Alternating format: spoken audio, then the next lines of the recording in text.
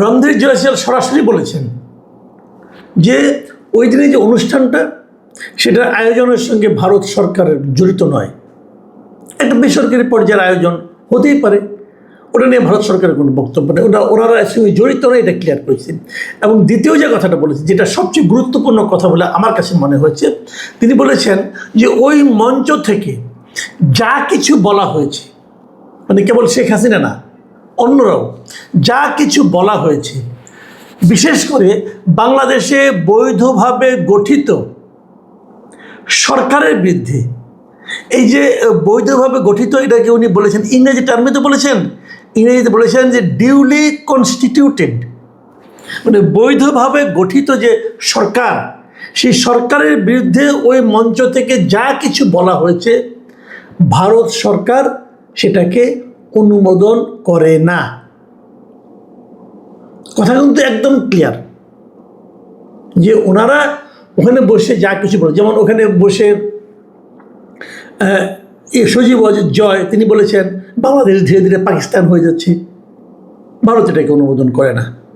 ওখানে বলা হয়েছে বাংলাদেশ একটা জঙ্গি রাষ্ট্র হচ্ছে, ভারত এটাকেও অনুমোদন করে না। মানে যা কিছু বলা হয়েছে ভারত সরকার তার কোনোটাই অনুমোদন করে না।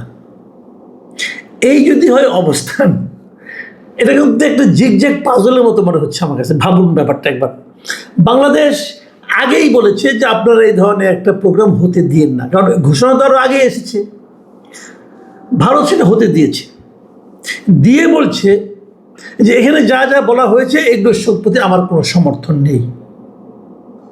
তাহলে ভারতের এই ভূমিকাকে কি আপনারা দ্বৈত ভূমিকা বলবেন?